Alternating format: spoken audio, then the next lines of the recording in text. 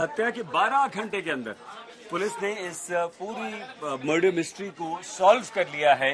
सहायक गिरफ्तार हुआ है और एक बहुत महत्वपूर्ण डायरी जिसे खेतों में छिपा दिया गया था वो भी बरामद कर ली गई।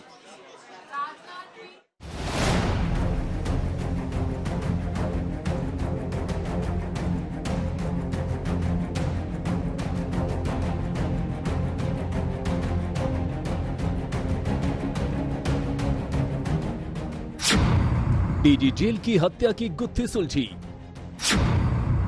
डीजी जेल का हेल्पर निकला हत्यारा। 12 घंटे में आरोपी हेल्पर गिरफ्तार। जम्मू कश्मीर के जिस डीजी जेल की हत्या पर जम्मू से दिल्ली तक हड़कंप मचा था, उसका हत्यारा पकड़ में आ गया। अमित शाह के दौरे के दिन हत्या से जम्मू कश्मीर पुलिस भारी दबाव में थी। हत्या की खबर मिलते ही जांच जारी थी। हेल्पर फरार था तो शक भी उसी पर था। मौका वारदात की गहराई से जांच के बाद शक पुख्ता होता चला गया और 12 घंटे के भीतर ही हेल्पर यासिर अहमद को गिरफ्तार कर लिया गया। शुरुआती जांच में ही पुलिस का शक हेल्पर यासिर पर गया।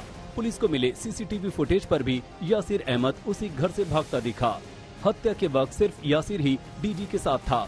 मौका वारदात पर किसी और के आने के कोई सबूत नहीं मिले। फोर्स एंट्री नहीं थी। दरवाजा भी अंदर से बंद था। गार्ड ने भी किसी और को अंदर आते जाते नहीं देखा। खाना खाने के बाद जब अपने बेडरूम में जाते हैं तो ये लड़का जो डोमेस्टिक सर्वेंट है, जो पिछले कुछ अर्से से काम करता था,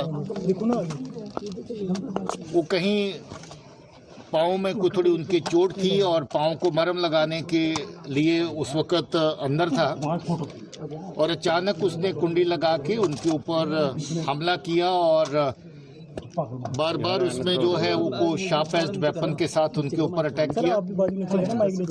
बाद में उनको आग लगाने की, किसी कपड़े को, तकिए को आग लगा के वो भी उनके ऊपर फेंका, शायद उनको सफोकेट करने के लिए।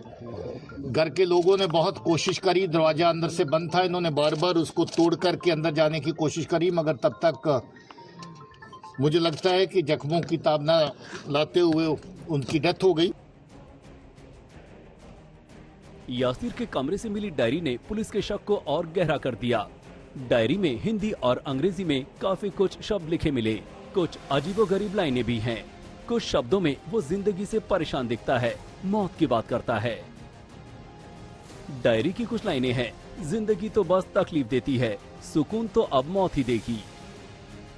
आगे लिखता है, डियर मौत, मेरी जिंदगी में आ जाओ, मैं हमेशा से इंतजार कर रहा हूँ। फिलहाल आरोपी यासिर से पूछताछ चल रही है। हत्या का मकसद अब तक साफ नहीं हुआ है। यासिर 6 महीने से डीजी जेल के घर पर काम कर रहा था। इससे पहले वो प्रधान सचिव गृह के यहाँ था। गिरफ्तारी के बाद यासिर के घर रामबन तक मामले की पड़ताल चल रही है। जम्मू कश्मीर के डीजी जेल हेमंत लोहिया बाहरी जम्मू के उदयवाला इलाके में अपने दोस्त के घर पर मृत मिले। गला रेता गया था। शव को जलाने की कोशिश भी हुई। बताया जा रहा है कि गार्ड ने सबसे पहले कमरे में आग देखी। वो चीखता हुआ भागता हुआ कमरे के पास गया, लेकिन दरवाजा अंदर से बंद था। दरवाजा तोड़ा गया तो डीजी जेल मृत मिले। गला रेता गया था। पुलिस ने हत्या में आतंकी एंगल खारिज कर दिया था। आतंकी संगठन PAFF के दावे को कोरी बकवास बताया।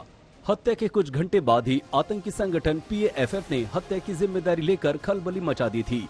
PAFF यानी पीपुल्स एंटी फासिस्ट फोर्स आतंकी संगठन TRF का नया नाम है।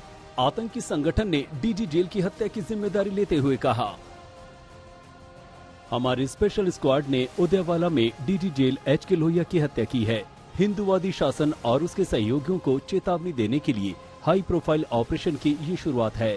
हम कहीं भी कभी भी बेहद सटीक तरीके से हमला कर सकते हैं। 57 साल के हेमंत कुमार लोहिया 1992 बैच के IPS अधिकारी थे।